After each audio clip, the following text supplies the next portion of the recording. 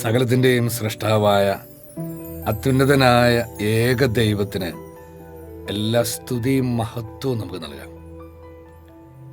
അവിടുത്തെ വചനം ശ്രവിക്കാനും അത് ഗ്രഹിക്കാനുമുള്ള വരത്തിനു വേണ്ടി നമുക്ക് പ്രാർത്ഥിക്കാം.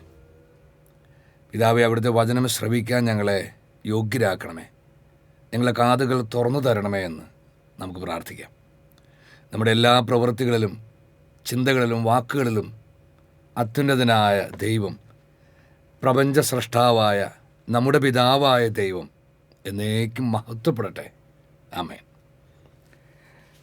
പ്രിയപ്പെട്ടവരെ, 1 കൊരിന്തോസ് 1:21 ദൈവത്തിൻ്റെ ജ്ഞാനത്തിൽ ലോകം ലൗകിക വിജ്ഞാനത്താൽ അവിടുത്തെ അറിഞ്ഞില്ല. തന്മൂലം വിശ്വസിക്കുന്നവരെ സുവിശേഷ പ്രസംഗത്തിൻ്റെ ഭോഷത്വം വഴി രക്ഷിക്കാൻ അവിടുന്ന് തിരുമനസ്സായി. വിശ്വസിക്കുന്നവരെ സുവിശേഷ പ്രസംഗത്തിൻ്റെ ഭോഷത്വം വഴി രക്ഷിക്കാൻ ദൈവം തിരുമനസ്സായി. അപ്പോൾ ദൈവത്തിൻ്റെ ജ്ഞാനത്താൽ അവിടുന്ന് ചെയ്യുന്ന ഒരു വലിയ പ്രവൃത്തിയെക്കുറിച്ചാണ് അവിടെ എഴുതിയിരിക്കുന്നത്. സുവിശേഷ പ്രസംഗത്തിൻ്റെ ഭോഷത്വം വഴി വിശ്വസിക്കുന്നവരെ രക്ഷിക്കുന്ന ദൈവത്തിൻ്റെ പ്രവൃത്തി. പ്രിയപ്പെട്ടവരെ, ആ വചനം നിങ്ങൾ ശ്രദ്ധിച്ചുവോ?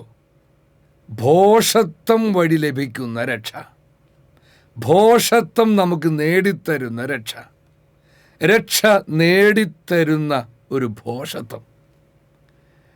പ്രിയപ്പെട്ടവരെ, നമുക്കെല്ലാവർക്കും അറിയാം, മനുഷ്യൻ ഒരിക്കലും ഭോഷത്വം വിലമതിക്കുന്നില്ല. എല്ലാവരും ബുദ്ധിശക്തിയെയും കഴിവിനെയുമാണ് അംഗീകരിക്കുന്നതും ഉപയോഗിക്കുന്നതും പ്രശംസിക്കുന്നതും എല്ലാം. ഈ ലോകത്തിൽ മനുഷ്യൻ അവൻ്റെ ജീവിതം കരിപ്പിടിപ്പിച്ചിരിക്കുന്നത് തന്നെ ബുദ്ധിശക്തിയാലുണ്ടായ പ്രവൃത്തിയാലാണ്. ജീവിത സാഹചര്യങ്ങളോട്, പ്രതികൂല സാഹചര്യങ്ങളോട്, പ്രകൃതി ശക്തികളോടൊക്കെ പടവെട്ടി മനുഷ്യൻ ജീവിതം കരിപ്പിടിപ്പിച്ചിരിക്കുന്നത്, ജീവിതം ഇത്രമാത്രം ഉയർത്തിക്കൊണ്ട് വന്നിരിക്കുന്നത് മനുഷ്യൻ്റെ ബുദ്ധിശക്തിയെയും കഴിവിനെയും ആശ്രയിച്ചാണ് എന്നെല്ലാവർക്കും അറിയാം. അങ്ങനെയാണ് മനുഷ്യൻ കരുതുന്നത്. പ്രിയപ്പെട്ടവരെ, എന്നാൽ ഭോഷത്വത്തിൻ്റെ ഫലമോ അത് പരാജയമാണ്. ആരും ഭോഷത്വം കൊണ്ട് വിജയം വരിക്കണില്ല, അല്ലെങ്കിൽ ഭോഷത്വം കൊണ്ട് ഒരു നേട്ടവും ഉണ്ടാകണമെന്നില്ല. അപ്പോൾ ലോകത്തിൻ്റെ കാഴ്ചപ്പാടിൽ ഭോഷത്വം എപ്പോഴും പരാജയമാണ്, അല്ലെങ്കിൽ പരാജയത്തിലേക്ക് നയിക്കുന്നതാണ്. എന്നാൽ ബുദ്ധിയും ബൗദ്ധികമായ കഴിവുകളും അറിവുകളും ശക്തിയുമൊക്കെയാണ് മനുഷ്യൻ്റെ ജീവിതം കൂടുതൽ മനോഹരമാക്കുന്നത്. അങ്ങനെ ബുദ്ധിശക്തി കൊണ്ട് മനുഷ്യൻ നടത്തിയിട്ടുള്ള കണ്ടുപിടുത്തങ്ങൾ ജീവിതം കൂടുതൽ സുഖകരമാക്കി എന്ന് മനുഷ്യർ പറയും. എന്നാൽ ഇവിടെ വചനം പറയുന്നു, ഭോഷത്വം വഴി ഒരു രക്ഷ നമുക്ക് ലഭിക്കുന്നു. അപ്പോൾ സാധാരണ മനുഷ്യൻ ഭോഷത്വം വിലമതിക്കുന്നില്ല, നമുക്കറിയാം. ഈ ഭോഷത്വം എടുത്തു കളയാൻ വേണ്ടി, ജീവിത വിജയം നേടാൻ, ഭോഷത്വത്തെ നശിപ്പിക്കാൻ വേണ്ടി മനുഷ്യൻ ഉപയോഗിക്കുന്നൊരു മാർഗമാണ് വിദ്യാഭ്യാസം. അങ്ങനെ ഭോഷത്വം എടുത്തു കളയുന്നു. നമ്മൾ പരിശുദ്ധ ബൈബിൾ പരിശോധിച്ചാലും ഇങ്ങനെ ഒരു ഭോഷത്തെക്കുറിച്ച് കാണാം. ശിശുക്കളിൽ കെട്ടുമിണഞ്ഞു കിടക്കുന്ന ഈ ഭോഷത്വത്തെ ശിക്ഷണത്താൽ എടുത്തു കളയണം എന്നും വചനം പഠിപ്പിക്കുന്നുണ്ട്. സുഭാഷിതങ്ങൾ 22:15 ശിശുവിൻ്റെ ഹൃദയത്തിൽ ഭോഷത്വം കെട്ടുപിണഞ്ഞു കിടക്കുന്നു, ശിക്ഷണത്തിൽ വടി അതിനെ ആട്ടി ഓടിക്കുന്നു. അപ്പോൾ ശിശുക്കളിൽ സ്വഭാവന കാണുന്ന ഈ മാനുഷികമായ ഭോഷത്വത്തെ ശിക്ഷണം കൊണ്ട് നിർമ്മാർജ്ജനം ചെയ്യുവാൻ ദൈവവചനം നമ്മളെ പഠിപ്പിക്കുന്നു. അത് ദൈവത്തിൻ്റെ പ്രബോധനത്തിനനുസരിച്ചുള്ള ശിക്ഷണം കൊണ്ട് വേണം ചെയ്യാൻ എന്ന് പ്രത്യേകം വചനം പറയുന്നുണ്ട്. അപ്പോൾ ഈ ഭോഷത്വം നീക്കിക്കളയേണ്ട കാര്യമാണ്. ഇവിടെ നാം പ്രത്യേകം ശ്രദ്ധിക്കേണ്ട ഒരു കാര്യം, ദൈവം ഭോഷത്വം എന്ന് പറയുന്നതും ലോകം ഭോഷത്വം എന്ന് പറയുന്നതും രണ്ടും രണ്ടാണ്. നമ്മൾ ദൈവവചനം പരിശോധിച്ചാൽ ദൈവം ആരെയൊക്കെയാണ്, അല്ലെങ്കിൽ എന്തൊക്കെ സ്വഭാവ സവിശേഷതയുള്ളവരെയാണ്, ഏത് തരത്തിലുള്ള ആളുകളെയാണ് ഭോഷർ എന്ന് വിളിക്കുന്നതെന്ന് നിരവധി വചനങ്ങളിൽ അക്കമിട്ട് നിരത്തിയിരിക്കുന്നത് കാണാം. ഇതെല്ലാം പരിശോധിച്ചാൽ ആരാണ് ദൈവത്തിന് മുൻപിലെ ഭോഷർ എന്ന് നമുക്ക് കാണാം. ഇനി ലോകം ഭോഷർ എന്ന് വിളിക്കുന്നവരും ഉണ്ട്. അതെല്ലാവർക്കും അറിയാം. അറിവില്ലാത്തവർ, അല്ലെങ്കിൽ പഠിപ്പില്ലാത്തവർ, അല്ലെങ്കിൽ ബുദ്ധിശക്തി ഇല്ലാത്തവർ, അങ്ങനെ കുറേയേറെ സ്വഭാവ സവിശേഷതയുള്ളവരെ, പ്രത്യേകതയുള്ളവരെ ലോകം ഭോഷർ എന്ന് വിളിക്കും. പ്രിയപ്പെട്ടവരെ, ഇവിടെ ഇപ്പോൾ ആര് ഭോഷർ എന്ന് വിളിക്കുന്നതാണ് ഒരു ദുരന്തം. മനുഷ്യൻ ഭോഷർ എന്ന് വിളിക്കുന്നതാണോ, ദൈവം ഭോഷർ എന്ന് വിളിക്കുന്നതാണോ? ലൂക്കായുടെ സുവിശേഷം 16-ാം അധ്യായം 14-15. പണക്കൊതിയന്മാരായ ഫരിസയർ ഇതെല്ലാം കേട്ടപ്പോൾ യേശുവിനെ പുച്ഛിച്ചു. നിങ്ങളതിന് മുകളിലോട്ട് വായിച്ചാൽ കാണാം. യേശുക്രിസ്തു പറയുന്നുണ്ട്, ഒരാൾക്ക് ഒരേ സമയം ധനത്തെയും ദൈവത്തെയും ഒരുമിച്ച് സേവിക്കാൻ കഴിയില്ല. അഥവാ ദൈവത്തിൻ്റെ ഒരു ദാസൻ ഒരിക്കലും സമ്പത്തിനെ സ്നേഹിക്കുന്നവനോ സമ്പത്ത് തേടുന്നവനോ ആയിരിക്കാൻ കഴിയില്ല. അപ്പോൾ ഇത് കേട്ടപ്പോഴാണ് പണക്കൊതിയന്മാരായ ഫരിസയർ അവനെ പുച്ഛിച്ചത്, യേശുക്രിസ്തുവിനെ പുച്ഛിച്ചു. അപ്പോൾ യേശു അവരോട് പറഞ്ഞു, മനുഷ്യരുടെ മുൻപിൽ നിങ്ങൾ നിങ്ങളെ തന്നെ നീതീകരിക്കുന്നു. അതാണ് എല്ലാവരും ചെയ്യുന്നത്. മനുഷ്യരുടെ മുമ്പിൽ നീതീകരിക്കുന്ന പ്രവർത്തികൾ ചെയ്യുന്നു. അപ്പോൾ മനുഷ്യൻ്റെ കയ്യടി കിട്ടും, മനുഷ്യരുടെ മുമ്പിൽ ഓക്കെയാണ്. എന്നാൽ ദൈവം നിങ്ങളുടെ ഹൃദയങ്ങളെ അറിയുന്നു. മനുഷ്യർക്ക് ഉത്കൃഷ്ടമായത് ദൈവദൃഷ്ടിയിൽ നികൃഷ്ടമാണ്. വളരെ മൂർച്ചയുള്ളൊരു ദൈവവചനമാണ്. മനുഷ്യർക്ക് ഉത്കൃഷ്ടമായത്, മനുഷ്യരെ ശ്രേഷ്ഠമെന്നും ഉത്കൃഷ്ടമെന്നും വാഴ്ത്തുന്നത്, ഉയർത്തിപ്പിടിക്കുന്നത് ദൈവത്തിന് മുൻപിൽ നികൃഷ്ടമാണ്. അപ്പോൾ മനുഷ്യർക്ക് ഉത്കൃഷ്ടമായത് എന്നാൽ ദൈവത്തിന് മുമ്പിൽ നികൃഷ്ടമായത് ചെയ്യുന്നവരെ ദൈവം ഭോഷർ എന്ന് വിളിക്കും. എന്നാൽ ദൈവത്തിന് മുമ്പിൽ നികൃഷ്ടമായതായാലും മനുഷ്യൻ്റെ മുമ്പിൽ ഉത്കൃഷ്ടമായി ചെയ്താൽ മതി ലോകത്തിന്. അപ്പോൾ ലോകത്തിന് മുമ്പിൽ നികൃഷ്ടമായത് ചെയ്ത് എന്നാൽ ദൈവത്തിന് മുമ്പിൽ ഉത്കൃഷ്ടമായത് ചെയ്യുന്നവരെ ലോകം വിളിക്കും ഭോഷർ. അപ്പോൾ ആര് വിളിക്കുന്നതാണ് പ്രശ്നം അഥവാ ദുരന്തം?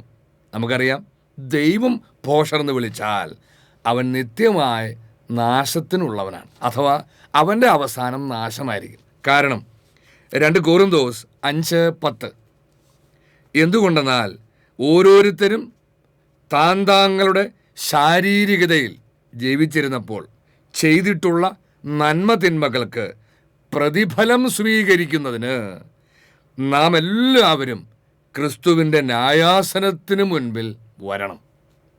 അപ്പോൾ ഈ ലോകത്ത് മരിച്ച സകലരും, ജീവിക്കുന്നവരും മരിച്ചവരുമായ എല്ലാവരും ദൈവപുത്രൻ യേശു ക്രിസ്തു ന്യായവിധിക്ക് വരുമ്പോൾ അവൻ്റെ മുൻപിൽ വരണം.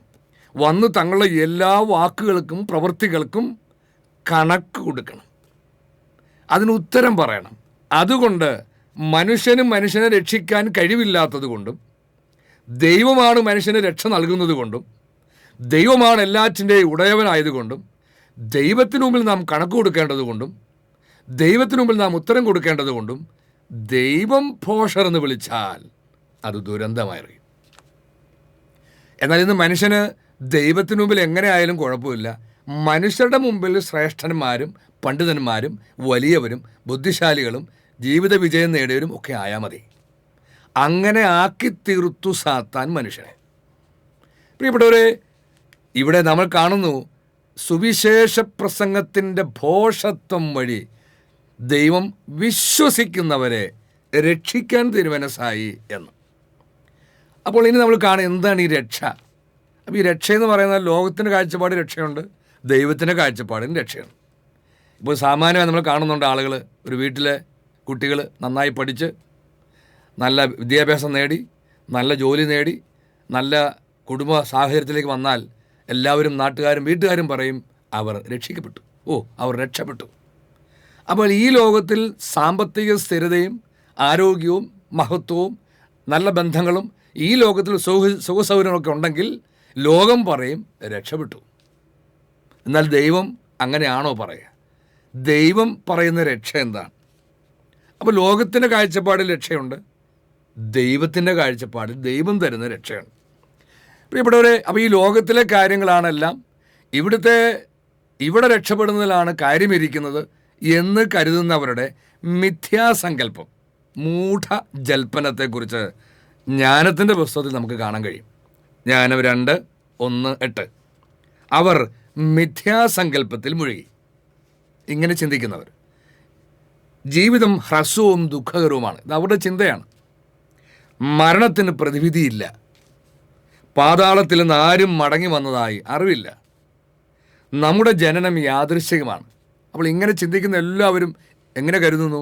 തങ്ങൾ ഈ ഭൂമിയിൽ ഏതൊക്കെയോ ചില മൂലകങ്ങളുടെ, ചില സംഭവങ്ങളുടെ ആകസ്മികമായ പ്രവർത്തനങ്ങളുടെ ഫലമായി ബൈ ചാൻസ് എന്തോ പൊട്ടിത്തെറിച്ചപ്പോൾ ബൈ ചാൻസ് ആയിട്ട് സാന്ദർഭികവശാൽ ഉണ്ടായ ഒരു ജീവി, തങ്ങളുടെ ജനനം യാദൃശ്ചികമാണ് എന്നാണ് അവർ കരുതുന്നത്. ഒരിക്കലും ഉണ്ടായിരുന്നില്ല എന്ന വിധം നാം മാഞ്ഞുപോകും.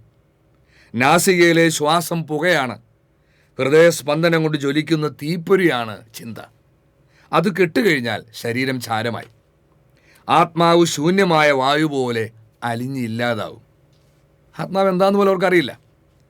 ക്രമേണ നമ്മുടെ നാമം വിസ്മൃതമാകും. നമ്മുടെ പ്രവൃത്തികൾ ആരും ഓർമ്മിക്കുകയില്ല. ജീവിതം മേഘശകലം പോലെ മാഞ്ഞു പോവും. സൂര്യകിരണങ്ങളേറ്റു ചിതറുന്ന, വെയിലേറ്റില്ലാതാകുന്ന മൂടൽ മഞ്ഞുപോലെ അത് നശിക്കും. നമുക്ക് നിശ്ചയിച്ചിരിക്കുന്ന കാലം നിഴൽ പോലെ കടന്നു പോകുന്നു. മരണത്തിൽ നിന്ന് തിരിച്ചു വരവില്ല.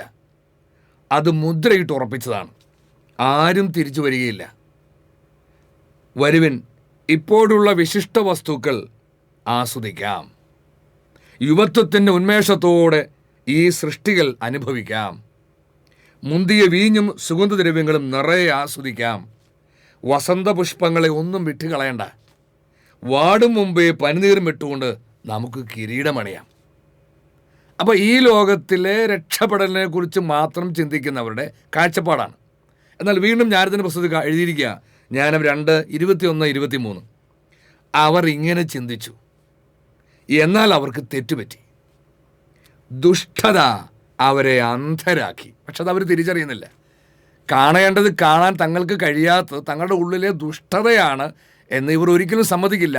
തങ്ങളുടെ ബുദ്ധിശക്തിയും തങ്ങളുടെ യുക്തിയുമാണ് എന്നവർ പറഞ്ഞുകൊണ്ടേയിരിക്കും. ദൈവത്തിൻ്റെ നിഗൂഢ ലക്ഷ്യങ്ങൾ അവർ അറിഞ്ഞില്ല. കാരണം അവർ ദൈവത്തെ അറിയുന്നില്ല. പിന്നെ ഇങ്ങനെ ദൈവത്തിൻ്റെ നിഗൂഢ ലക്ഷ്യങ്ങൾ അറിയും.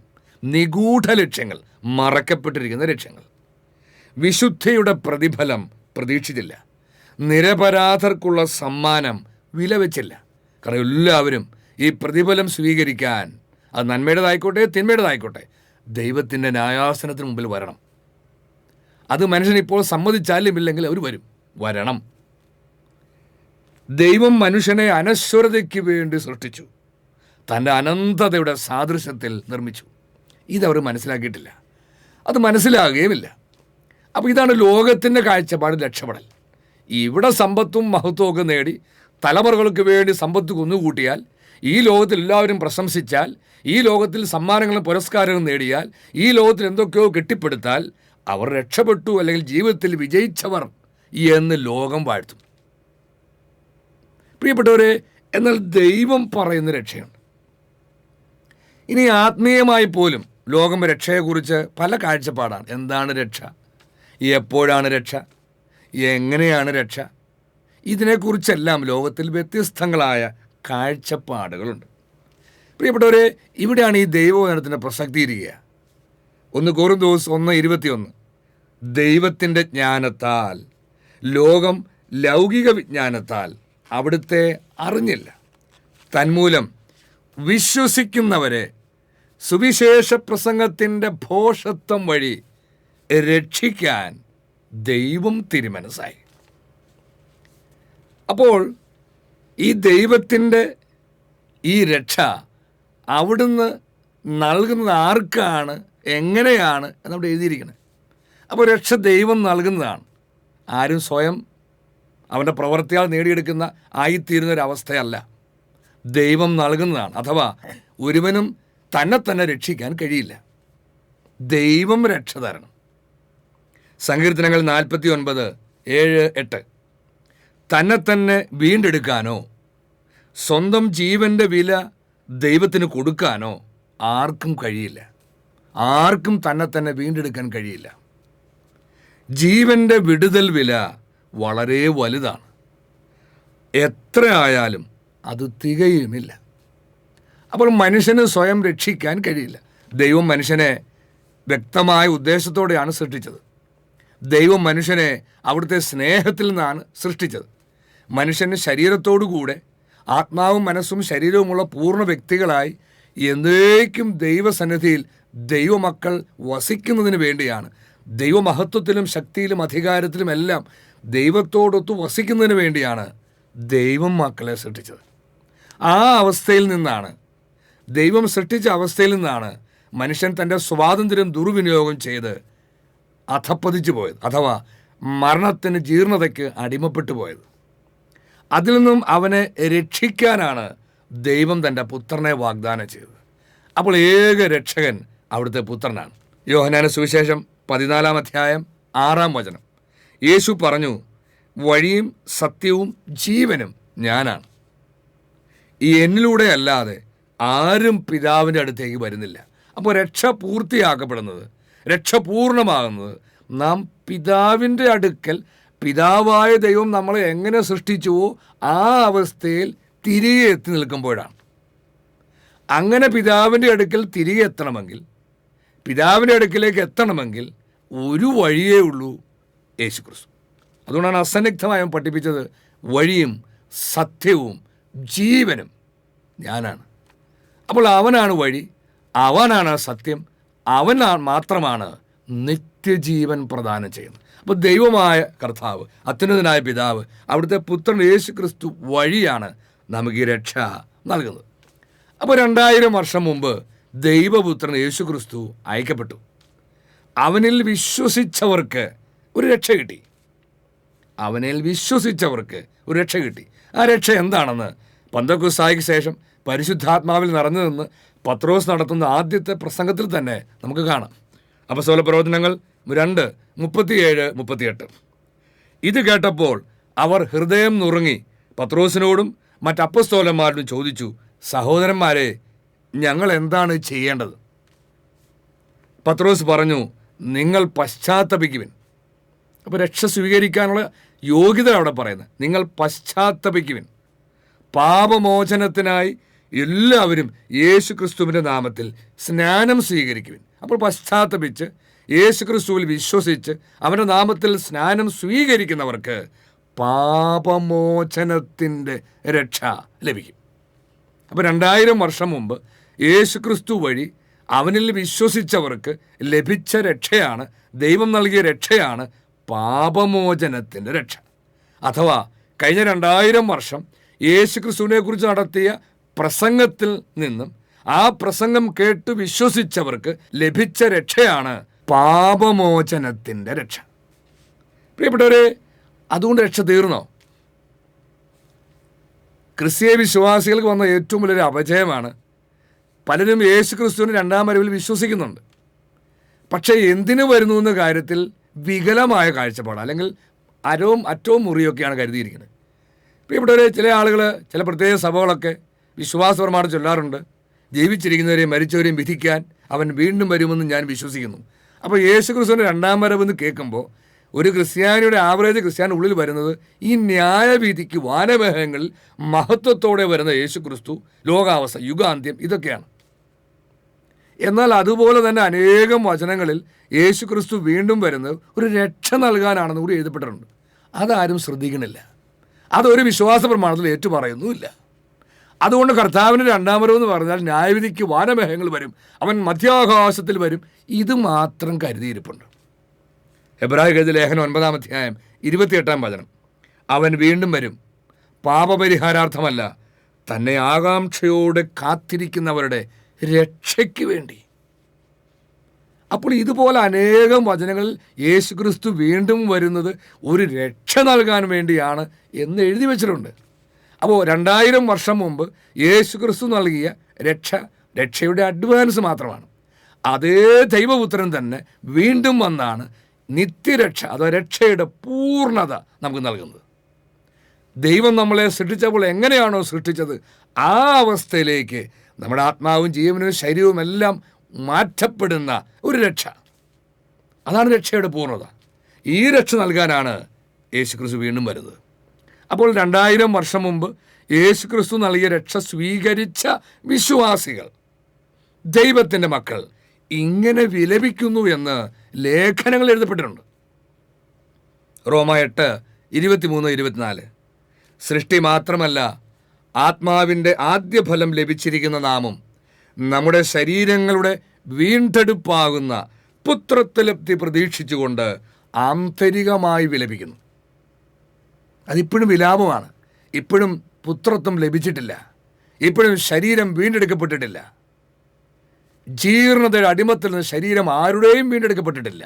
ജീവിച്ചിരിക്കുന്നവരായിക്കോട്ടെ, മരിച്ചവരുടെ ആയിക്കോട്ടെ. ഈ പ്രത്യാശയിലാണ് നാം രക്ഷ പ്രാപിക്കുന്നത്. കണ്ടു കഴിഞ്ഞാൽ പിന്നെ പ്രത്യാശയല്ല. അപ്പോൾ ഈ പ്രത്യാശ പൂർത്തീകരിക്കപ്പെടുന്നത് യേശുക്രിസ്തുവിൻ്റെ രണ്ടാം വരവിലാണ്. അപ്പോഴാണ് നമ്മുടെ ശരീരങ്ങൾ വീണ്ടെടുക്കപ്പെട്ട് ദൈവത്തിൻ്റെ പുത്രത്വം ലഭിക്കുക. അതുവരെ അടിമയാണ്, ജീർണതയുടെ അടിമ, മരണത്തിൻ്റെ അടിമ, പാപത്തിൻ്റെ അടിമ. അപ്പോൾ ദൈവമക്കൾ 2000 വർഷം മുമ്പ് യേശുക്രിസ്തു നൽകിയ രക്ഷ സ്വീകരിച്ച ദൈവമക്കൾ ഒരു രക്ഷയ്ക്ക് വേണ്ടി വിലപിച്ചുകൊണ്ടിരിക്കുക, ഒരു രക്ഷയ്ക്ക് വേണ്ടി വിലാപത്തോടെ പ്രാർത്ഥിച്ചുകൊണ്ടിരിക്കുകയാണ്. ആ രക്ഷ നൽകാനാണ് ദൈവപുത്രൻ വീണ്ടും വരുന്നത്. അപ്പോൾ അവൻ നമ്മളെ എങ്ങനെ രക്ഷിക്കും? ഫിലിപ്പി 3:20-21. ഭൗമികമായത് മാത്രം അവർ ചിന്തിക്കുന്നു, എന്നാൽ നമ്മുടെ പൗരത്വം സ്വർഗത്തിലാണ്. അവിടെ നിന്നൊരു രക്ഷകനെ, കർത്താവായ യേശുക്രിസ്തുവിനെ നാം കാത്തിരിക്കുന്നു. വളരെ വ്യക്തമാണ്. യേശുക്രിസ്തുവിനെ രക്ഷകനായി കാത്തിരിക്കുന്നവർക്കാണ് ഈ രക്ഷ. ഇതൊന്നും ഒന്നാം വരവിൽ വന്ന ദൈവപുത്രനെയോ അവൻ്റെ പ്രവൃത്തികളെയോ അവൻ നൽകിയ രക്ഷയോ തള്ളിക്കളയുന്നതല്ല. ഇതെല്ലാം അതിന് ശേഷം എഴുതപ്പെട്ട വചനങ്ങളാണ്. കാത്തിരിക്കുന്നുവെന്ന്. സകലത്തെയും തനിക്ക് കീഴ്പ്പെടുത്താൻ കഴിയുന്ന ശക്തി വഴി അവൻ നമ്മുടെ ദുർബല ശരീരത്തെ തൻ്റെ മഹത്വമുള്ള ശരീരം പോലെ രൂപാന്തരപ്പെടുത്തും. ഈ രക്ഷ ഒന്നാമത് അവൻ നൽകിയിട്ടില്ലോ ഏതായാലും.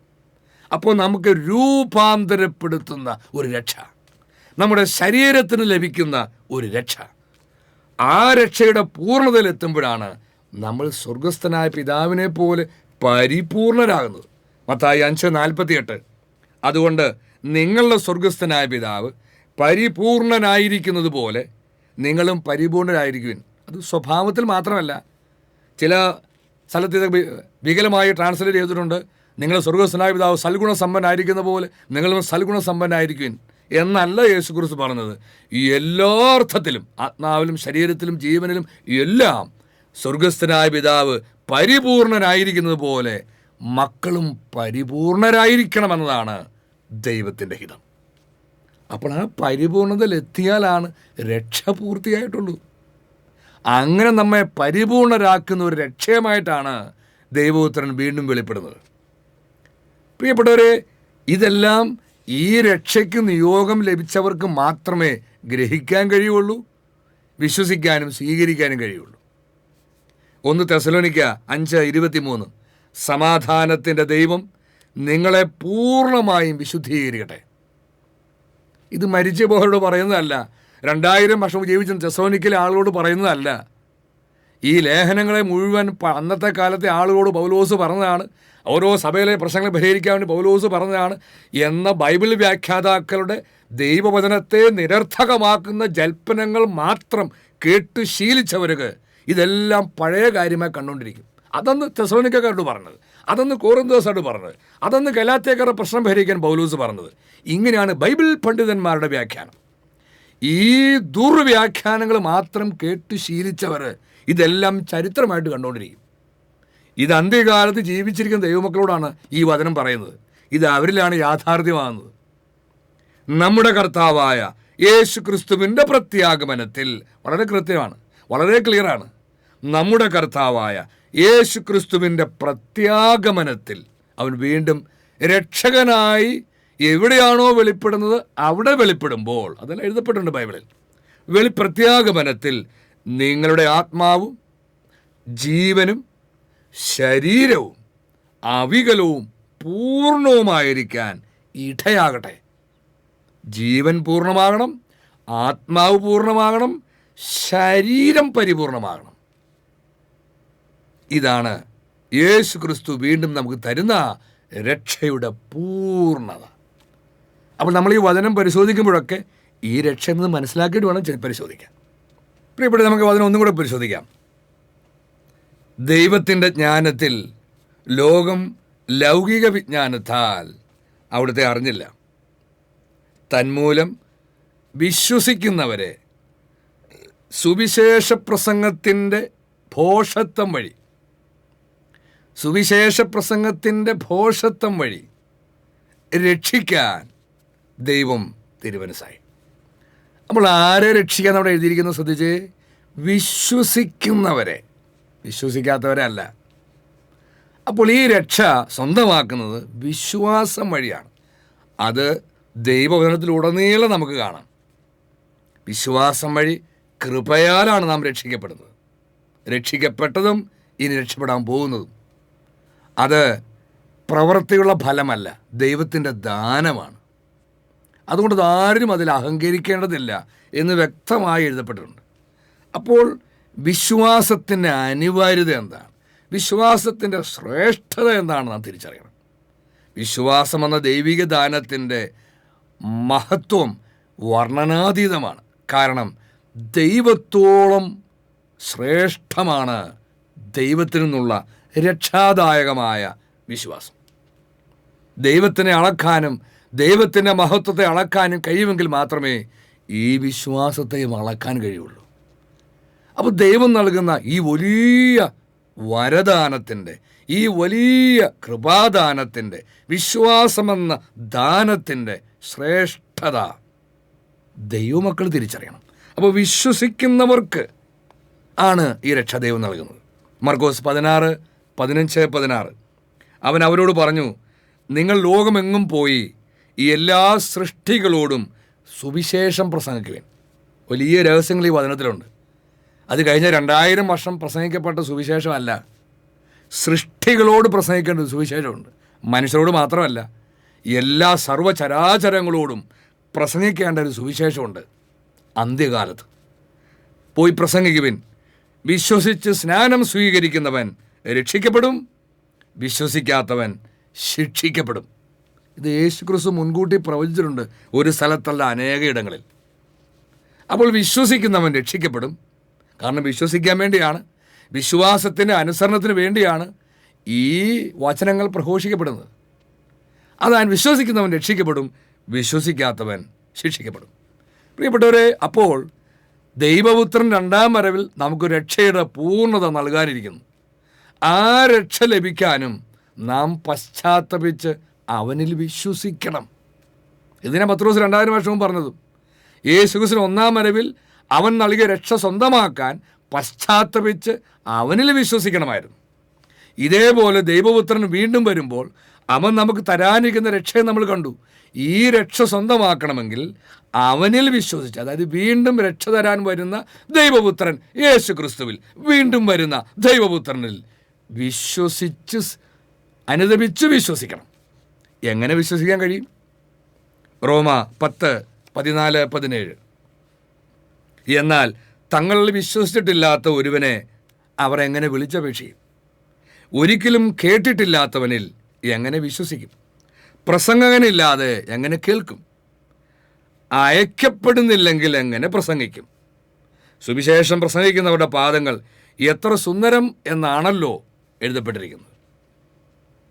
പ്രിയപ്പെട്ട, അത് എഴുതിയിരിക്കുന്നത് ഏശയ്യാ 52-7 വചനത്തിലാണ്. സദ്വാർത്ത കൊണ്ടുവരുന്നവൻ്റെ പാദം മലമുകളിൽ എത്ര മനോഹരമെന്ന്. വീണ്ടും വചനം പറയുക, എന്നാൽ എല്ലാവരും സുവിശേഷം അനുസരിച്ചില്ല. കർത്താവെ, ഞങ്ങളുടെ സന്ദേശം കേട്ടിട്ട് വിശ്വസിച്ചവൻ ആരാണ് എന്ന് ഏശയ്യാ ചോദിക്കുന്നുണ്ടല്ലോ. ആകയാൽ വിശ്വാസം കേൾവിയിൽ നിന്നും, കേൾവി ക്രിസ്തുവിനെ പറ്റിയുള്ള പ്രസംഗത്തിൽ നിന്നുമാണ്. ഈ വചനത്തിലെല്ലാം ധാരാളം രഹസ്യം മറയ്ക്കപ്പെട്ടിരിക്കുന്നു. ഇവിടെ ഏശയ്യാ പ്രസംഗിക്കുന്ന സുവിശേഷത്തെക്കുറിച്ച് എഴുതപ്പെട്ടിരിക്കുന്നു. യേശുക്രിസ്തുവിന് ഏകദേശം 7 നൂറ്റാണ്ട് മുമ്പിൽ വന്ന ഏശയ്യാ അന്ന് സുവിശേഷം പ്രസംഗിച്ചതായി നാം കാണുന്നില്ല. അപ്പോൾ കേൾവിയിൽ നിന്നാണ് വിശ്വാസം. അപ്പോൾ വീണ്ടും വരുന്ന ദൈവപുത്രൻ നമുക്ക് നൽകാനിരിക്കുന്ന രക്ഷ നാം സ്വന്തമാക്കണമെങ്കിൽ അവനിൽ വിശ്വസിക്കണം. അവനിൽ വിശ്വസിക്കണമെങ്കിൽ അവനെക്കുറിച്ചുള്ള പ്രസംഗം കേട്ട് വിശ്വസിക്കണം. ആ പ്രസംഗം ലോകത്തിന് ഭോഷത്വമായിരുന്നു. എന്നാൽ സുവിശേഷ പ്രസംഗത്തിൻ്റെ ഭോഷത്വം വഴി വിശ്വസിക്കുന്നവരെ രക്ഷിക്കാൻ ദൈവം തീരുമാനമായി. അപ്പോൾ ഒന്നാം വരവിലായാലും രണ്ടാം വരവിലായാലും രക്ഷ സ്വന്തമാക്കണമെങ്കിൽ വിശ്വസിക്കണം. വിശ്വസിക്കുന്നത് രക്ഷ നൽകാൻ വരുന്നവരിലാണ്, അവനിലൂടെ പിതാവായ ദൈവത്തിലും. അപ്പോൾ രക്ഷകനായ ദൈവപുത്രൻ വീണ്ടും വരുമ്പോൾ അവനെ വിശ്വസിക്കണമെങ്കിൽ അവനെക്കുറിച്ചുള്ള പ്രസംഗത്തിൽ വിശ്വസിക്കണം. അവനെക്കുറിച്ച് പ്രസംഗിക്കണമെങ്കിൽ അവനെക്കുറിച്ച് അവൻ്റെ രണ്ടാം വരവിൽ പ്രസംഗിക്കാൻ ദൈവം ആരെങ്കിലും അയക്കണം. അയക്കപ്പെടാതെ പ്രസംഗിക്കാൻ സാധ്യമല്ല. അങ്ങനെ യേശുക്രിസ്തുവിന്റെ രണ്ടാം വരവിൽ ദൈവപുത്രന് വഴിയൊരുക്കിക്കൊണ്ട് അവൻ്റെ ആഗമനം അറിയിക്കുന്ന, അവൻ്റെ വരവിൻ്റെ സദ്വാർത്ത അറിയിക്കുന്ന, പ്രസംഗിക്കുന്ന ദൂതനെക്കുറിച്ച്, സദ്വാർത്ത ദൂതനെക്കുറിച്ച് പരിശുദ്ധ ബൈബിളിൽ പലയിടങ്ങളിലും പ്രവചനങ്ങൾ നമുക്ക് കാണാം. യെശയ്യാ പ്രവാചന പുസ്തകം 61 അധ്യായം 1-2 വചനങ്ങൾ. ദൈവമായ കർത്താവിൻ്റെ ആത്മാവ് എൻ്റെ മേലുണ്ട്, പീഡിതരെ സദ്വാർത്ത അറിയിക്കുന്നതിന് അവിടുന്ന് തന്നെ അഭിഷേകം ചെയ്തിരിക്കുന്നു. ഇത് അന്ത്യകാലത്ത് നടക്കുന്ന കാര്യമാണ്. താഴോട്ട് വായിച്ചാൽ അത് മനസ്സിലാവും. ഹൃദയം തകർന്നവരെ ആശ്വസിപ്പിക്കാനും, തടവുകാർക്ക് മോചനവും ബന്ധിതർക്ക് സ്വാതന്ത്ര്യവും പ്രഖ്യാപിക്കാനും, കർത്താവിൻ്റെ കൃപാവത്സരവും നമ്മുടെ ദൈവത്തിൻ്റെ പ്രതികാര ദിനവും, ദൈവത്തിൻ്റെ പ്രതികാര ദിനം അന്ത്യകാലത്താണ്, ദൈവത്തിൻ്റെ പ്രതികാര ദിനവും പ്രഘോഷിക്കാനും വിലപിക്കുന്നവർക്ക് സമാശ്വാസം നൽകാനും അവിടുന്ന് തന്നെ അയച്ചിരിക്കുന്നു. അപ്പോൾ ഈ വചനങ്ങൾ പൂർത്തീകരിച്ചുകൊണ്ട് അന്ത്യകാലത്ത് സദ്വാർത്ത പ്രസംഗിക്കാൻ ദൈവം അയക്കുന്നവനിലൂടെയാണ് നമുക്ക് രക്ഷയുടെ പൂർവ്വം നൽകാനും വരുന്ന ദൈവപുത്രനെ നമുക്ക് വിശ്വസിക്കാനും സ്വീകരിക്കാനും കഴിയുകയുള്ളൂ. വേറെ ഒരു വഴി ഈ പുസ്തകത്തിൽ, പരിശുദ്ധ ബൈബിളിൽ എഴുതപ്പെട്ടിട്ടില്ല. അതുകൊണ്ടാണ് യേശുക്രിസ്തു വളരെ വ്യക്തമായി പറഞ്ഞത്, ഞാൻ അയക്കുന്നവനെ സ്വീകരിക്കുന്നവൻ എന്നെ സ്വീകരിക്കുന്നു. ഞാൻ അയക്കുന്നവനെ സ്വീകരിക്കാത്തവൻ, എൻ്റെ മറുപടി എന്താ? ഞാൻ അയക്കുന്നവനെ സ്വീകരിക്കാത്തവൻ എന്നെയും സ്വീകരിക്കുന്നില്ല.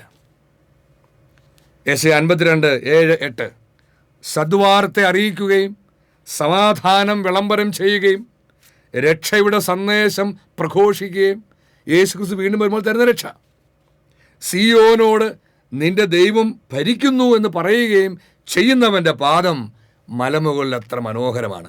അപ്പോൾ ഈ സദ്വാർത്തയുമായി ദൈവം തൻ്റെ ദൂതനെ അയക്കുന്ന സ്ഥലമാണ് സിയോൻ. അപ്പോൾ സിയോനിലാണ് ഈ സദ്വാർത്ത പ്രഘോഷിക്കപ്പെടുക. ഇതെല്ലാം ദൈവം മുൻകൂട്ടി എഴുതി വച്ചിരിക്കുന്ന ദൈവത്തിൻ്റെ പ്രവചനങ്ങൾ. ഏതാണ് യഥാർത്ഥ സിയോൻ എന്ന് തിരിച്ചറിയാനും അനേകം അടയാളങ്ങൾ പരിശുദ്ധ ബൈബിളിലുണ്ട്. ശ്രദ്ധിക്കുക, നിന്റെ കാവൽക്കാർ സ്വരമുയർത്തുന്നു, അവർ സന്തോഷത്തോടെ ഒരുമിച്ച് പാടുന്നു, കർത്താവ് സിയോനിലേക്ക് തിരികെ വരുന്നത് അവർ നേരിട്ട് കാണും. അപ്പോൾ അന്ത്യകാലത്ത് രക്ഷയുടെ പൂർണ്ണത നൽകാൻ ദൈവപുത്രൻ വീണ്ടും വരുമ്പോൾ അവൻ്റെ വരവിന് മുൻപ് അവനിൽ വിശ്വസിച്ച് രക്ഷയ്ക്ക് വേണ്ടി ഒരുങ്ങാനായി പ്രഘോഷിക്കപ്പെടുന്ന വാർത്തയാണ് സദ്വാർത്ത. ഈ സദ്വാർത്ത പ്രഘോഷിക്കാൻ അയക്കപ്പെടുന്ന ദൂതനെക്കുറിച്ചുള്ള പ്രവചനങ്ങളാണ് ഇവിടെ എഴുതപ്പെട്ടിരിക്കുന്നത്.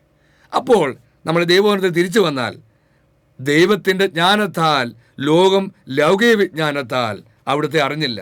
തന്മൂലം വിശ്വസിക്കുന്നവരെ സദ്വാർത്താ പ്രഘോഷണത്തിൻ്റെ ഭോഷത്വം വഴി അന്ത്യകാലത്ത് രക്ഷിക്കാൻ ദൈവം തിരുമനസ്സായി. അത് ദൈവത്തിൻ്റെ ജ്ഞാനത്തിൻ്റെ പ്രവൃത്തി. 2 കൊരിന്തോസ് 4:3-4 ഞങ്ങളുടെ സുവിശേഷം നിഗൂഢമായിരിക്കുന്നെങ്കിൽ അത് നാശത്തിലേക്ക് പോകുന്നവർക്ക് മാത്രമാണ്. അപ്പം നാശത്തിലേക്ക് പോകുന്നവരുണ്ട്. അത് യേശുക്രിസ്തു പഠിപ്പിച്ചിട്ടില്ലേ? വിനാശത്തിലേക്ക് നയിക്കുന്ന വാതിൽ വിശാലമാണ്, വാതിൽ വീതിയേറിയതാണ്, വഴി വിശാലമാണ്, അതിലേ പോകുന്നവർ അനേകമാണ്. എങ്ങോട്ട് പോകുന്നു? വിനാശത്തിലേക്ക് പോകുന്നു. അപ്പോൾ അങ്ങനെ വിനാശത്തിലേക്ക് പോകുന്നവർക്ക് ഞങ്ങളുടെ സുവിശേഷം നിഗൂഢമായി കാണും. അതുകൊണ്ട് എന്തു ചെയ്യും? ഈ മനസ്സിലാകാത്തതിനെ മനുഷ്യൻ ദൂഷിച്ചുകൊണ്ടേയിരിക്കും. ഈ മനസ്സിലാകാത്തതിനെ മനുഷ്യൻ ഭോഷത്വമായി ചിത്രീകരിക്കും. അത് കേൾക്കുന്നവർക്കും രസം, പറയുന്നവർക്കും രസം. പക്ഷേ ഈ സദ്വാർത്താ പ്രഘോഷണത്തിൻ്റെ ഭോഷത്വം വഴി വിശ്വസിക്കുന്നവരെ രക്ഷിക്കാനാണ് ദൈവം തിരുമനസ്സായിരിക്കുന്നത്. അതെന്താ കാര്യമെന്ന് പരിശുദ്ധാത്മാവ് പൗലോസോട് പറയുകയാണ്. ഈ ലോകത്തിൻ്റെ ദേവൻ അവിശ്വാസികളായ അവരുടെ മനസ്സിനെ അന്ധമാക്കിയിരിക്കുന്നു. അപ്പോൾ അവരുടെ മനസ്സ് അന്ധമാകാൻ വലിയ കാര്യമാണ്. അവിശ്വാസികളാണ്. വിശ്വാസരാഹിത്യമാണ് കാരണം. തന്നിമിത്തം ദൈവത്തിൻ്റെ പ്രതിരൂപമായ യേശുക്രിസ്തുവിൻ്റെ മഹത്വമേറിയ സുവിശേഷത്തിൻ്റെ പ്രകാശം അവർക്ക് ദൃശ്യമല്ല. അതുകൊണ്ട് തങ്ങൾക്ക് മനസ്സിലാകാത്തതിനെ അവർ ദുഷിച്ചുകൊണ്ടേയിരിക്കും. പ്രിയപ്പെട്ടവരെ, അപ്പോൾ നമ്മൾ അന്ത്യകാലത്തെക്കുറിച്ച് പരിശുദ്ധ ബൈബിളിൽ വായിക്കുമ്പോഴൊക്കെ നമ്മൾ കണ്ടുമുട്ടുന്നൊരു കാര്യമാണ്, ഈ അന്ത്യകാലത്ത് ഈ ദൈവീക രഹസ്യങ്ങൾ വെളിപ്പെട്ട് കിട്ടുമ്പോൾ നമുക്കിത് ഗ്രഹിക്കാൻ കഴിയണമെങ്കിൽ നമുക്ക് ജ്ഞാനം ആവശ്യമാണ്. ഏറ്റവും അധികം ജ്ഞാനം ആവശ്യമായിരിക്കുന്ന സമയമാണ് അന്ത്യകാലം. ഇല്ലെങ്കിൽ ഈ രക്ഷയുടെ പ്രഘോഷണത്തിൻ്റെ മഹത്വം, അതിൻ്റെ പ്രകാശം ദൃശ്യമാവില്ല. അത് ഭോഷത്വമായി കാണും, അത് ലോകത്തിന് ഭോഷത്വമായി കാണപ്പെടും. എന്നാൽ ദൈവത്തിൻ്റെ ജ്ഞാനവും ദൈവത്തിൻ്റെ ശക്തിയുമാണ് എന്നാണ് എഴുതപ്പെട്ടിരിക്കുന്നത്. അപ്പോൾ ദൈവത്തിൻ്റെ ഈ ജ്ഞാനത്തെയും ദൈവത്തിൻ്റെ ഈ ശക്തിയുമാണ് ലോകം ഭോഷത്വം എന്ന് വിളിക്കുന്നത്. അങ്ങനെ വിളിക്കുന്നതിൽ ആനന്ദിക്കുന്നു മനുഷ്യൻ. അപ്പോൾ രക്ഷ നമുക്ക് ലഭിക്കുവാൻ നമുക്ക് ജ്ഞാനം ആവശ്യമാണ്. അതുകൊണ്ട് യേശുക്രിസ്തു പലപ്പോഴും അവൻ പല രഹസ്യങ്ങളും പറഞ്ഞിട്ട് പ്രസംഗിച്ചിട്ട് വിളിച്ചു പറഞ്ഞു, കേൾക്കാൻ ചെവിയുള്ളവൻ കേൾക്കട്ടെ. അപ്പോൾ കേൾക്കാനുള്ള ചെവി ദൈവം നൽകിയിട്ടില്ലെങ്കിൽ ഈ സുവിശേഷ പ്രഘോഷണം, യേശുക്രിസ്തുവിൻ്റെ വീണ്ടും വരവിൽ അവൻ നമുക്ക് തരാനിരിക്കുന്ന രക്ഷയുടെ പ്രഘോഷണമായ സദ്വാർത്തയും ഭോഷത്വമായിട്ട് തോന്നുള്ളൂ. ഗ്രഹിക്കാൻ കഴിയില്ല, കാരണം ചെവി നൽകപ്പെട്ടിട്ടില്ല. അതുകൊണ്ട് ജ്ഞാനത്തിൻ്റെ പുസ്തകം നമ്മൾ ഇങ്ങനെ വായിക്കുക, ജ്ഞാനം 9:6, മനുഷ്യരുടെ മധ്യേ ഒരുവൻ പരിപൂർണനെങ്കിലും അങ്ങിൽ നിന്ന് വരുന്ന ജ്ഞാനമില്ലെങ്കിൽ അവൻ ഒന്നുമല്ല. എവിടെ? ദൈവത്തിന് മുമ്പിൽ. ലോകത്തിൽ പരിപൂർണനാണ്, അനേകം സമ്മാനങ്ങൾ വാരിക്കൂട്ടിയിട്ടുണ്ടാവും, ലോകം വലിയ ജ്ഞാനിയെന്ന് വാഴ്ത്തുന്നുണ്ടാവും, ലോകത്തിൽ വലിയ പീഠങ്ങളിൽ ഇരിക്കുന്നുണ്ടാവും, ലോകത്തിൻ്റെ ആദരം മുഴുവൻ ലഭിക്കുന്നുണ്ടാവും. പക്ഷെ ദൈവത്തിന് മുമ്പിൽ ഒന്നുമല്ല. എന്താ കാര്യം? ദൈവത്തിൽ നിന്ന് വരുന്ന ജ്ഞാനമില്ല. ലോകത്തിൽ നിന്ന് വരുന്ന വിജ്ഞാനം ഉണ്ടാവും, അത് ദൈവത്തിൽ വരുന്ന ജ്ഞാനവും അതും ഒന്നല്ല, രണ്ടാണ്. അപ്പോൾ ദൈവത്തിൽ നിന്നുള്ള ജ്ഞാനമാണ് നമ്മെ ദൈവത്തിൻ്റെ വചനം ഗ്രഹിക്കാൻ പ്രാപ്തരാക്കുന്നത്. അതിനുവേണ്ടിയാണ് നാം ഏറ്റവും അധികം പ്രാർത്ഥിക്കേണ്ടതും ആഗ്രഹിക്കേണ്ടതും. പ്രിയപ്പെട്ടവരെ, നമുക്ക് വീണ്ടും അതിനെ തിരിച്ചു വരാം. 1 കൊരിന്ത്യർ 1:21, ദൈവത്തിൻ്റെ ജ്ഞാനത്തിൽ ലോകം ലൗകിക വിജ്ഞാനത്താൽ അവിടുത്തെ അറിഞ്ഞില്ല. തന്മൂലം അതുകൊണ്ട് വിശ്വസിക്കുന്നവരെ സുവിശേഷ പ്രസംഗത്തിൻ്റെ ഭോഷത്വം വഴി രക്ഷിക്കാൻ അവിടുന്ന് തിരുമനസ്സായി. അപ്പോൾ ഈ രക്ഷ ദൈവത്തെ അറിയുന്നതുമായി ആശ്രയിച്ചാണ് ഇരിക്കുന്നത്. പ്രിയപ്പെട്ടവരെ, യേശുക്രിസ്തു ഗെത്സമൻ തോട്ടത്തിൽ വെച്ച് ഇപ്രകാരം പറഞ്ഞു, യോഹന്നാൻ 17:3, ഏക സത്യദൈവമായ അവിടുത്തെയും അവിടുന്ന് അയച്ച യേശുക്രിസ്തുവിനെയും അറിയുക എന്നതാണ് നിത്യജീവൻ. അപ്പോൾ ദൈവത്തെയും അവിടുത്തെ പുത്രനെയും യഥാർത്ഥത്തിൽ അറിയുന്നതാണ് നിത്യജീവൻ. അപ്പോൾ ഈ രക്ഷ, നിത്യജീവനാകുന്ന രക്ഷ ഇതുവരെ ആർക്കും ലഭിച്ചിട്ടില്ല, ആർക്കും നൽകപ്പെട്ടിട്ടില്ല. യേശുക്രിസ്തു അവൻ്റെ പ്രത്യാഗമനത്തിൽ എവിടെയാണോ രക്ഷകനായി വെളിപ്പെടുന്നത് അവിടെ ഒരുങ്ങി തയ്യാറായിരിക്കുന്നവർക്ക് മാത്രമാണ് നിത്യജീവൻ പ്രദാനം ചെയ്യുന്നത്. അത് വളരെ വ്യക്തമായി എഴുതപ്പെട്ടിട്ടുണ്ട്. അപ്പോൾ ഈ നിത്യജീവനാകുന്ന രക്ഷ ദൈവത്തെ അറിയുന്നതാണ്. 2000 വർഷങ്ങൾക്ക് മുമ്പ് ദൈവത്തിൻ്റെ ഭൂമിയിൽ വന്നു. യോഹന്നാന്റെ സുവിശേഷം 1:18 ദൈവത്തെ ആരും ഒരിക്കലും കണ്ടിട്ടില്ല. പിതാവുമായി ഗാഠബന്ധം പുലർത്തുന്ന ദൈവം തന്നെയായ ഏകജാതനാണ് അവിടുത്തെ വെളിപ്പെടുത്തുന്നത്. അപ്പോൾ ദൈവപുത്രനാണ് നമുക്ക് പിതാവിനെ വെളിപ്പെടുത്തരുന്നത്. പിതാവിനെ അറിയുന്നതാണ് നിത്യജീവൻ. എന്നാൽ 2000 വർഷം കർത്താവ് പിതാവ് ദൈവത്തെ നമുക്ക് പൂർണ്ണമായി വെളിപ്പെടുത്തി തന്നില്ല. അവിടുത്തെ നാമം പോലും വെളിപ്പെട്ട് കിട്ടിയില്ല. എന്നാൽ യേശുക്രിസ്തു ഒരു പ്രവചനം നടത്തി. യോഹന്നാൻ 16:25, ഉപമകൾ വഴിയാണ് ഇതെല്ലാം ഞാൻ നിങ്ങളോട് പറഞ്ഞത്. ഉപമകൾ വഴി അല്ലാതെ ഞാൻ നിങ്ങളോട് സംസാരിക്കുന്ന സമയം വരുന്നു. അതവർ 2ാം വരവിൻ്റെ സമയമാണ്. അപ്പോൾ പിതാവിനെ പറ്റി സ്പഷ്ടമായി ഞാൻ നിങ്ങളെ അറിയിക്കും. അപ്പോൾ യേശുക്രിസ്തുവിൻ്റെ 2ാം വരവിലാണ് പിതാവിനെ പറ്റി സ്പഷ്ടമായി അവൻ്റെ ആത്മാവ് നമ്മളെ അറിയിക്കുന്നു. അത് നേരിട്ടല്ല, അതിൻ്റെ മാർഗങ്ങളെല്ലാം പരിശുദ്ധ ബൈബിളിൽ എഴുതപ്പെട്ടിട്ടുണ്ട്. അപ്പോൾ ദൈവപിതാവിനെ അവിടുത്തെ പുത്രനായ യേശുക്രിസ്തുവിനെയും യഥാർത്ഥത്തിൽ അറിയുക എന്നതാണ് നിത്യജീവൻ. അപ്പോൾ ലോകത്തിൻ്റെ കയ്യിലുള്ളത് ലൗകിക വിജ്ഞാനമാണ്. ഇന്ദ്രിയങ്ങൾ കൊണ്ടുള്ള അറിവ്, അനുമാനം കൊണ്ടുള്ള അറിവ്, യുക്തി കൊണ്ടുള്ള അറിവ്, ഇങ്ങനെ ലോകത്തിന് അറിവ് ശേഖരിക്കുന്ന ഒരു മാർഗങ്ങളുണ്ട്. ഈ അറിവ്, ഈ മാർഗങ്ങളിലൂടെ ശേഖരിക്കുന്ന വിജ്ഞാനമാണ് ലൗകിക വിജ്ഞാനം. പക്ഷെ എന്താ വചനം പറയുന്നത്? ദൈവത്തിൻ്റെ ജ്ഞാനത്തിൽ ലോകം ലൗകിക വിജ്ഞാനത്താൽ ദൈവത്തെ അറിയുന്നില്ല. അപ്പോൾ മനുഷ്യന് ഈ ഇന്ദ്രിയങ്ങളിലൂടെ അല്ലെങ്കിൽ ഈ ഭൗതിക വിജ്ഞാനത്താൽ ദൈവത്തെ അറിയാൻ കഴിയില്ല. അങ്ങനെ അല്ലാത്ത അറിവുകളെക്കുറിച്ച് ബൈബിൾ എഴുതപ്പെട്ടിട്ടുണ്ട്. ഉദാഹരണം, വിശ്വാസത്താൽ ലഭിക്കുന്ന അറിവ്. അപ്പോൾ ദൈവത്തിൽ നിന്ന് വരുന്ന അറിവുണ്ട്, ദൈവത്തിൽ നിന്ന് വരുന്ന ജ്ഞാനമുണ്ട്. ഇത് സ്വന്തമാക്കുന്നവർക്കാണ് ദൈവവചനത്തിൻ്റെ രഹസ്യങ്ങൾ ഗ്രഹിക്കാൻ കഴിയുക. പ്രിയപ്പെട്ടവരെ, അപ്പോൾ അന്ത്യകാലത്താണ് നാം ദൈവത്തെ യഥാർത്ഥത്തിൽ അറിയുകയും ഈ രക്ഷ സ്വന്തമാക്കുകയും ചെയ്യുക. അപ്പോൾ 2000 വർഷങ്ങൾക്ക് മുമ്പ് ഇന്ന് യേശു ക്രിസ്തു വിശ്വസിക്കുന്നവർ പുറകോട്ട് ചിന്തിക്കുക. 2000 വർഷങ്ങൾക്ക് മുമ്പ് വലിയ പണ്ഡിതന്മാരൊക്കെ ഉണ്ടായിരുന്ന ഒരു വലിയ സഭയിലാണ് ദൈവപുത്രൻ വന്ന് ജനിച്ചത്. എന്നാൽ അന്ന് അവൻ ദൈവപുത്രനാണെന്ന് പറയുന്നതും അവൻ്റെ കുരിശുമരണം വഴിയാണ് നമ്മുടെ പാപങ്ങൾക്ക് പരിഹാരം ചെയ്യപ്പെട്ടു എന്ന് പറയുന്നതുമൊക്കെ ആ ദൈവജനത്തിൻ്റെ ഇടയിൽ, പണ്ഡിതരുടെ ഇടയിൽ, വിശ്വാസികളെന്ന് പറയുന്നവരുടെ ഇടയിൽ വലിയ ഭോഷത്വമായിരുന്നു, ഈടർച്ചയായിരുന്നു. അപ്പോൾ ക്രൂശിക്കപ്പെട്ട യേശുവിനെ പ്രസംഗിക്കുക വളരെ ഭോഷത്വമായിരുന്നു. അത് ലോകത്തിന് ഉൾക്കൊള്ളാനേ കഴിഞ്ഞില്ല. അപ്പോൾ 2000 വർഷം മുമ്പ് ദൈവപുത്രൻ യേശു ക്രിസ്തുവിൻ്റെ വരവും പ്രവൃത്തികളുമൊക്കെ ഭോഷത്വമായതുപോലെ ഈ അന്ത്യകാലത്ത് അവൻ്റെ രണ്ടാം വരവിൻ്റെ പ്രഘോഷണം വിശ്വാസികളെന്ന് പറയുന്നവർക്കും ഭോഷത്വമായി. പ്രിയപ്പെട്ട, നമ്മൾ കണ്ടു ദൈവപുത്രൻ വീണ്ടും വരുമ്പോൾ നമുക്ക് രക്ഷയുടെ പൂർണ്ണത നൽകും. പക്ഷെ അവനിൽ വിശ്വസിക്കുന്നവർക്കാണ് രക്ഷ. വിശ്വസിക്കണമെങ്കിൽ അവനെക്കുറിച്ച് പ്രസംഗിക്കപ്പെടണം. ആ പ്രഘോഷണമാണ് സദ്വാർത്ത. ഈ സദ്വാർത്തയുമായി ദൈവം തൻ്റെ ദൂതനെ, പ്രവാചകനെ അയച്ചു. അവൻ 2005 മുതൽ ഈ സദ്വാർത്ത ലോകത്തോട് വിളിച്ചു പറഞ്ഞു. ഇതാ 2000 വർഷങ്ങൾക്ക് മുമ്പ് ഈ പരിശുദ്ധ കന്യാമറിയത്തിൽ ജനിച്ച് ദൈവരാജ്യം പ്രസംഗിച്ച് കുരിശിൽ മരിച്ച് പുനരുത്ഥാനം ചെയ്ത് സ്വർഗാരോഹണം ചെയ്ത ദൈവത്തിൻ്റെ ഏകജാതൻ വീണ്ടും ശരീരം ധരിച്ച് ഈ ഭൂമിയിൽ വന്നു കഴിഞ്ഞു. അവൻ്റെ നാമം ഇമ്മാനുവേൽ. ഇതാ അവൻ രക്ഷ നൽകാൻ, നിത്യജീവൻ നൽകാൻ വെളിപ്പെടാൻ പോകുന്നു. ശരീരത്തിൻ്റെ പരിപൂർണ രക്ഷ നൽകാൻ വെളിപ്പെടാൻ പോകുന്നു. അവൻ രാജാക്കന്മാർ രാജാവായി, ചക്രവർത്തിയായി, എംപറർ ഇമ്മാനുവേലായി നിന്നെ ഭരിക്കാൻ വരുന്നു എന്ന വാർത്ത സദ്വാർത്തയുടെ ദൂതൻ ഈ ലോകത്തോട് വിളിച്ചു പറഞ്ഞു.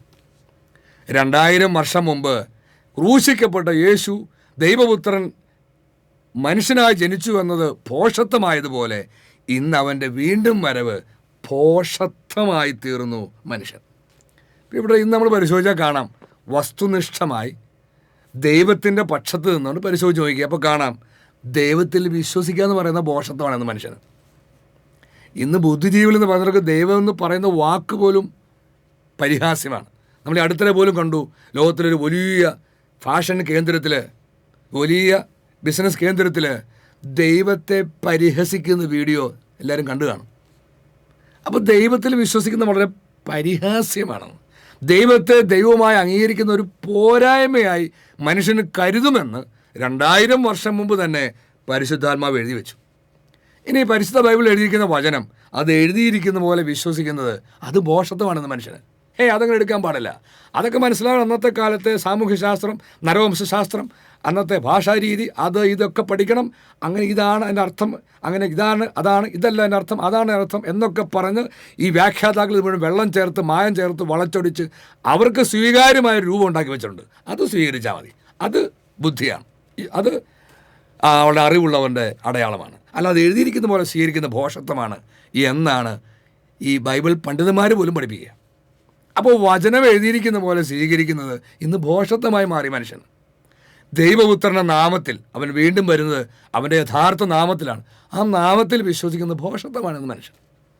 ദൈവരാജ്യത്തെക്കുറിച്ച് കേൾക്കുന്ന ഭോഷത്വമാണ്, ദൈവരാജ്യത്തെക്കുറിച്ച് പ്രസംഗിക്കുന്ന ഭോഷത്വമാണ്. കാരണം ഇതെല്ലാം ലോകരാജ്യത്തെക്കുറിച്ചാണ്. എല്ലാ മനുഷ്യൻ ഇതൊക്കെ ചെയ്യുന്നത്, ഭക്താഭ്യാസങ്ങൾ ചെയ്യുന്നത്, ഇവിടെ കടം വീടണം, പെണ്ണെ കെട്ടിക്കണം, വീട് വെക്കണം, വിദേശത്ത് പോകണം, പരീക്ഷ പാസ്സാകണം, ജോലി പ്രമോഷൻ കിട്ടണം, അത് വേണം, ഇത് വേണം. അങ്ങനെ ഈ ലോകത്തിലെ കാര്യസാധ്യത്തിന് വേണ്ടി മാത്രം ദൈവത്തെ സമീപിക്കുന്നവരായി മനുഷ്യർ. അതുകൊണ്ട് ദൈവരാജ്യത്തെക്കുറിച്ച് പറയുന്നതും കേൾക്കുന്നതും തന്നെ ഭോഷത്വമാണ് ലോകത്തിന്, വിശ്വാസികളെന്നും പറയുന്നവർക്ക് പോലും. അപ്പോൾ ദൈവത്തെ സ്നേഹിക്കുന്നത്, ദൈവത്തെ അനുസരിക്കുന്നത്, ദൈവത്തിന് വേണ്ടി നഷ്ടങ്ങൾ സഹിക്കുന്നത്, ഇതിനൊക്കെ ഭോഷത്വമായിട്ടാണ് കാണുക. ഇതെല്ലാം സുവിശേഷ പ്രസംഗത്തെ ഭോഷത്വമായി കാണുന്ന ഒരു തലമുറയിൽ നാം ജീവിക്കുന്നു എന്നതിൻ്റെ അടയാളമാണ്. അപ്പോൾ ഈ അന്ത്യകാലത്ത് പ്രഘോഷിക്കപ്പെടുന്ന സദ്വാർത്ത ഇന്ന് ലോകത്തിന് ഭോഷത്വമാണ്. ദൈവപുത്രൻ വീണ്ടും ശരീരം ധരിച്ചു വന്നു എന്ന് പറയുന്നത് മനുഷ്യന് ഭോഷത്വമാണ്. എന്നാൽ ഈ സദ്വാർത്ത പ്രഘോഷണത്തിൻ്റെ ഭോഷത്വം വഴി വിശ്വസിക്കുന്നവരെ രക്ഷിക്കാനാണ് ദൈവം തിരുമനസ്സായിരിക്കുന്നത്. ഈ രക്ഷ രഹസ്യമായ രക്ഷയല്ല, ദൈവം പരസ്യമായ അവിടുത്തെ വചനത്തിൽ വിശ്വസിക്കുന്നവർക്ക് കൊടുക്കുന്ന രക്ഷയാണ്. യെശയ്യാ പ്രവാചന പുസ്തകം 46 അധ്യായം 12-13. വിമോചനം അകലെയാണെന്ന് കരുതുന്ന മർക്കടമുഷ്ടികളെ എൻ്റെ വാക്ക് കേൾക്കുവിൻ. കർത്താവിനെ വിളിക്കുന്ന പേരാണ് മർക്കടമുഷ്ടികൾ. വിമോചനം അകലെയാണെന്ന് പറയുന്നത്. ദൈവപുത്രൻ വന്നു എന്നും ഇതാ രക്ഷ നമ്മൾ ആരും പ്രതീക്ഷിച്ചതിനേക്കാൾ അടുത്തെത്തിയെന്ന് പറയുമ്പോഴും മർക്കടമുഷ്ടികളാര് പറയും, ഇല്ല, അത് എപ്പോഴാണെന്ന് നമുക്ക് പറയാൻ പറ്റില്ല, അതെപ്പോഴെങ്കിലൊക്കെ വരുമായിരിക്കും, അത് വിദൂരത്താണ്.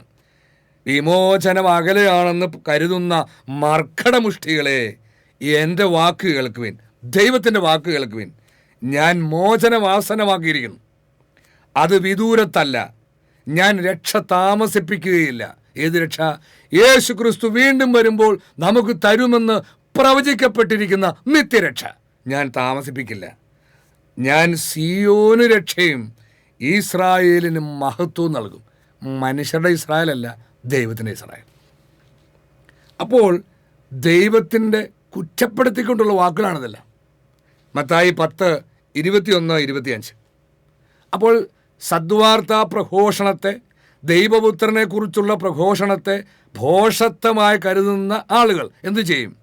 അതും കർത്താവ് പ്രവചിച്ചിട്ടുണ്ട്. സഹോദരൻ സഹോദരനെയും പിതാവ് പുത്രനെയും മരണത്തിന് ഏൽപ്പിച്ചു കൊടുക്കും. മക്കൾ മാതാപിതാക്കന്മാരെ എതിർക്കുകയും അവരെ വധിക്കുകയും ചെയ്യും. ഇതെല്ലാം യേശുക്രിസ്തു നടത്തിയ പ്രവചനങ്ങളാണ്. എൻ്റെ നാമം മൂലം നിങ്ങൾ സർവ്വരോലും ദ്വേഷിക്കപ്പെടും. ഈ വചനങ്ങളെല്ലാം ഇപ്പോൾ പൂർത്തിയായിക്കൊണ്ടിരിക്കുന്നു. അവസാനം വരെ സഹിച്ചു നിൽക്കുന്നവൻ രക്ഷപ്പെടും. അന്ത്യകാലത്ത് ലഭിക്കാനിരിക്കുന്ന രക്ഷ. ശിഷ്യൻ ഗുരുവിനേക്കാൾ വലിയവനല്ല, ഭൃത്യൻ യജമാനേക്കാൾ വലിയവനല്ല. ശിഷ്യൻ ഗുരുവിനെ പോലെയും ഭൃത്യൻ യജമാനെ പോലെയും ആയാൽ മതി. ഗൃഹനാഥനെ അവർ ബേൽസബൂൽ എന്ന് വിളിച്ചെങ്കിൽ അവൻ്റെ കുടുംബാംഗങ്ങളെ എന്തു തന്നെ വിളിക്കുകയില്ല. അപ്പോൾ യേശു ക്രിസ്തുവിനെ അന്നത്തെ പണ്ഡിതരും ശ്രേഷ്ഠരും അധികാരികളുമെല്ലാം ബേൽസബൂൽ എന്ന് വിളിച്ച് പരിഹസിച്ചു, നിന്ദിച്ചു. അങ്ങനെയെങ്കിൽ അന്ത്യകാലത്ത് യേശു ക്രിസ്തുവിന് കുടുംബാംഗങ്ങൾ ഈ ഭൂമിയിൽ വരുമ്പോൾ അവരെ എന്തു തന്നെ വിളിക്കുകയില്ല എന്നാണ് എഴുതപ്പെട്ടിരിക്കുന്നത്. ഇത് കർത്താവിൻ്റെ പ്രത്യാഗമനത്തിൻ്റെ സമയത്താണെന്ന് വളരെ വ്യക്തമായി ഇവിടെ എഴുതി വച്ചിട്ടുണ്ട്. ഇത് 2000 വർഷം മുമ്പ് സംഭവിച്ച കാര്യമല്ല, അന്ത്യകാലത്ത് സംഭവിക്കുന്ന കാര്യമാണ്. അപ്പോൾ സദ്വാർത്താ പ്രഘോഷണത്തെ ഭോഷത്വമായി കാണുന്നവർ ഇപ്രകാരം പ്രവർത്തിക്കും. അവർ പ്രവർത്തിച്ചുകൊണ്ടാണ് ഇരിക്കുന്നത്. ഈ വചനങ്ങളെല്ലാം പൂർത്തിയായിക്കൊണ്ടിരിക്കുന്നു. യെശയ്യാ 66:5. കർത്താവിൻ്റെ വചനം കേൾക്കുമ്പോൾ വിറയ്ക്കുന്നവരെ, കർത്താവിൻ്റെ വചനം കേൾക്കുവിൻ. എൻ്റെ നാമത്തെ പ്രതി നിങ്ങളെ ദ്വേഷിക്കുകയും പുറത്താക്കുകയും ചെയ്യുന്ന നിങ്ങളുടെ സഹോദരർ കർത്താവ് മഹത്വം പ്രകടിപ്പിക്കട്ടെ, നിങ്ങൾ സന്തോഷിക്കുന്നത് ഞങ്ങൾ കാണട്ടെ എന്ന് പരിഹസിച്ചു. അപ്പോൾ സദ്വാർത്താ പ്രഘോഷണം, സുവിശേഷ പ്രഘോഷണം, യേശുക്രിസ്തുവിന് വീണ്ടും വരവിൻ്റെ പ്രഘോഷണം, അവൻ വീണ്ടും തരുന്ന രക്ഷയുടെ പ്രഘോഷണം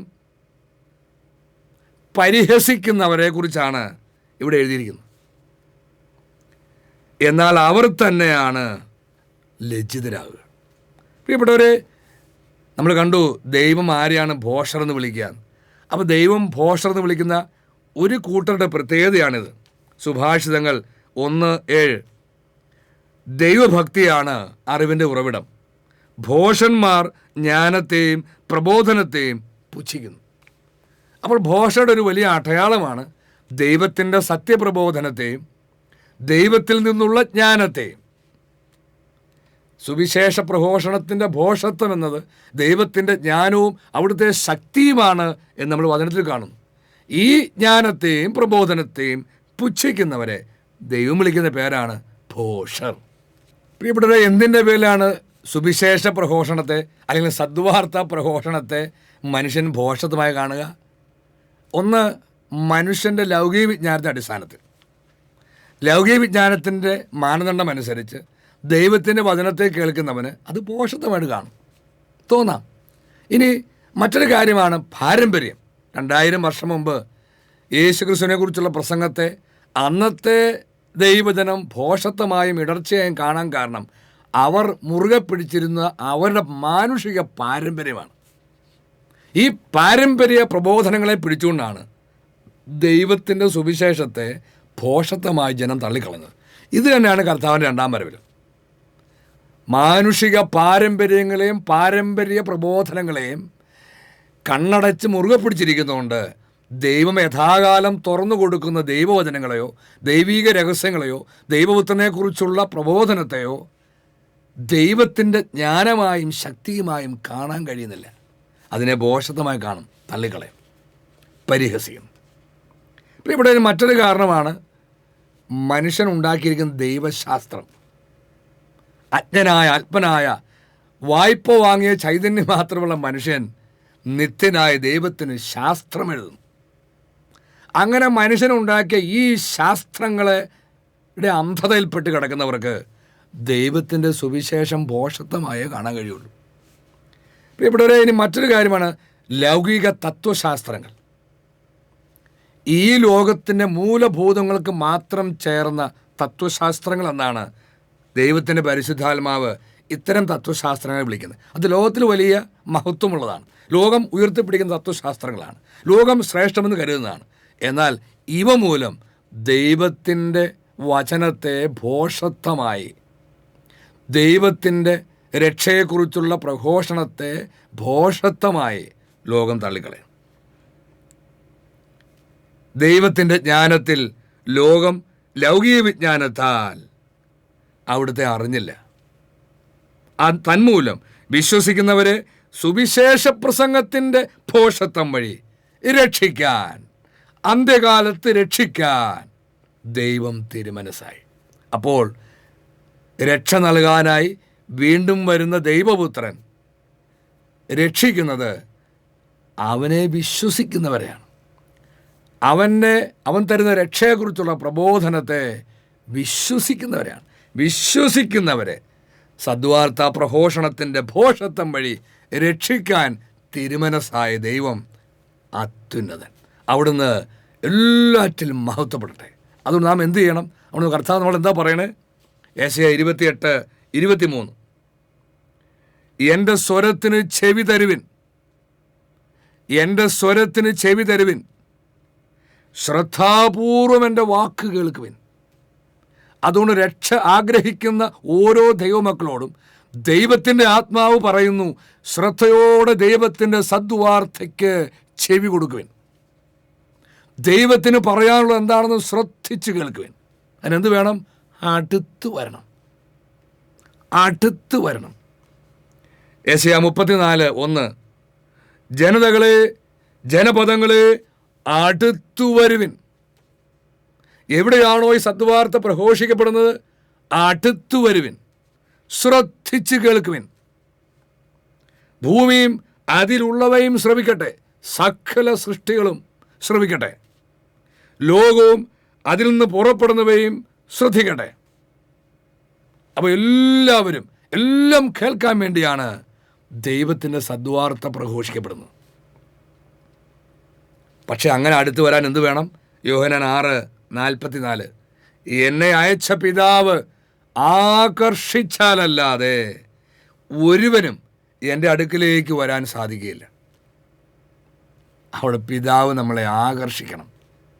എന്നാലാണ് ദൈവസ്വരത്തിന് അടുത്തെത്താൻ കഴിയൂ, ദൈവപുത്രൻ്റെ അടുത്തെത്താൻ കഴിയും. അതിന് പ്രിയപ്പെട്ടവരെ, ഇതാ ദൈവം പ്രവാചകന്മാരിലൂടെയും യേശുക്രിസ്തുവിലൂടെയും അപ്പസ്തോലന്മാരുടെയും എല്ലാം മുൻകൂട്ടി പറഞ്ഞിട്ടുള്ള നിത്യരക്ഷ നാം ആരും പ്രതീക്ഷിച്ചിരുന്നതിനേക്കാൾ ഇങ്ങ് അടുത്തെത്തിയിരിക്കുന്നു. ആ രക്ഷ എന്ത് എന്ന് വെളിപ്പെടുത്തപ്പെട്ടിരിക്കുന്നു. ആ രക്ഷ നൽകാൻ ഇതാ ദൈവപുത്രൻ വീണ്ടും ശരീരം ധരിച്ച് ഇമ്മാനുവേൽ നാമത്തിൽ വന്നു കഴിഞ്ഞു. ഈ രക്ഷയുടെ സദ്വാർത്ത പ്രഘോഷിക്കാൻ ദൈവം തൻ്റെ ദൂതനെ അയച്ചു കഴിഞ്ഞു. ഇതാ സദ്വാർത്ത പ്രഘോഷിക്കപ്പെടുന്നു. രക്ഷ വെളിപ്പെടുത്തപ്പെട്ടിരിക്കുന്നു. വിശ്വസിക്കുന്നവരെ സദ്വാർത്ത പ്രഘോഷണത്തിൻ്റെ ഭോഷത്വം വഴി രക്ഷിക്കാൻ ദൈവം തിരുമനസ്സായിരിക്കും. ദൈവത്തിൻ്റെ പ്രവൃത്തികളെല്ലാം അത്യുത്തമമാണ്, അത് പരിപൂർണമാണ്. അതുകൊണ്ട് നമുക്ക് രക്ഷ പ്രാപിക്കാനായി ദൈവത്തിൻ്റെ ആഹ്വാനം സ്വീകരിക്കാം. ദൈവം നമ്മോട് പറയുന്നത് നമുക്ക് കേൾക്കാം. ദൈവത്തിൻ്റെ വാക്കുകൾക്ക് ചെവി കൊടുക്കാം. ദൈവത്തിൻ്റെ വാക്കുകൾക്ക് കീഴ്പ്പെടാം. ദൈവത്തിൻ്റെ പ്രവൃത്തികൾക്ക് കീഴ്പ്പെടാം. അങ്ങനെ അത്യുന്നതനായ പിതാവ് നമുക്കായി ഒരുക്കിയിരിക്കുന്ന ചേതോഹരമായ നിത്യമായ രക്ഷ സ്വന്തമാക്കാൻ ഓരോ ദൈവമക്കളെയും ദൈവം പ്രചോദിപ്പിക്കട്ടെ എന്ന് പ്രാർത്ഥിക്കുന്നു. അവിടുത്തെ അതിപരിശുദ്ധ നാമം അവിടുത്തെ എല്ലാ പ്രവൃത്തികളിലും എപ്പോഴും എല്ലായിടത്തും എന്നേക്കും മഹത്വപ്പെടട്ടെ. ആമേൻ.